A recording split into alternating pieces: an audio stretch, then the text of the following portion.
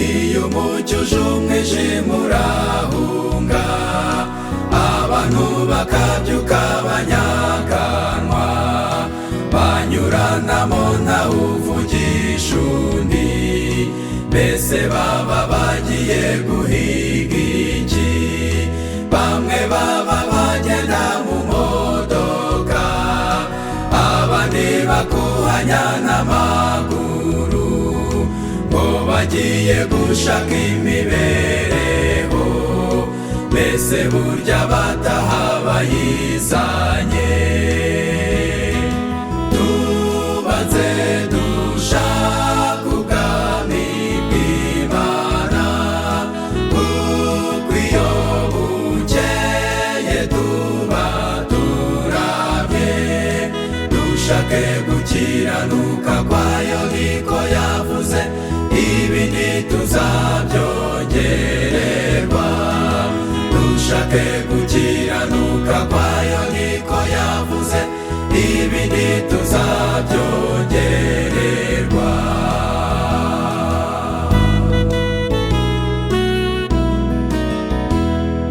Mbese imibereho ibahagana he?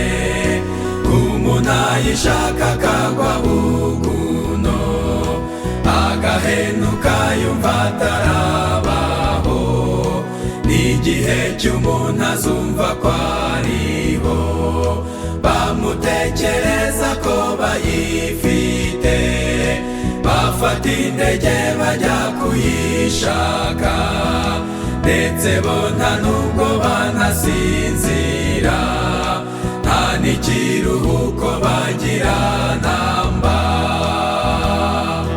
Tubanze dushaka ubwami bw'Imana, kuko iyo bukeye tuba turamye, dushake gukiranuka kwayo niko yavuze, ibindi tuzabyongererwa. Dushake gukiranuka kwayo niko yavuze, ibindi tuzabyongererwa.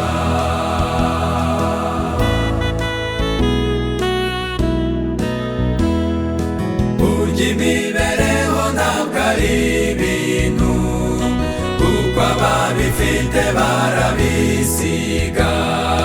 Salomo, Dawidi ndetse na Yobu, n'abutayobewe barabisize.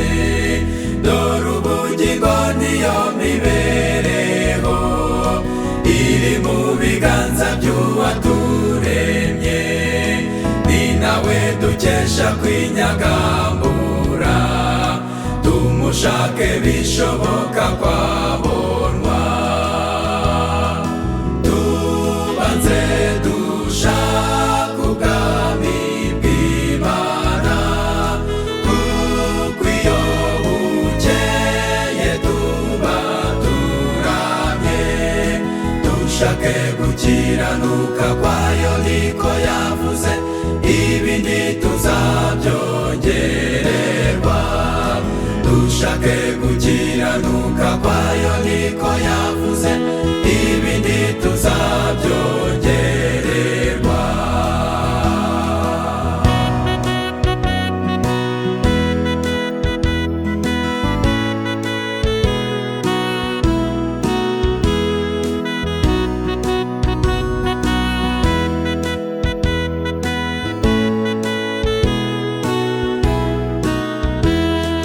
Yego niko kudakora ntakarye, tujye dukora mu minsi itandatu, uwa karindwi turuhukemo, ni Sabati ikimenyetso cy'Imana.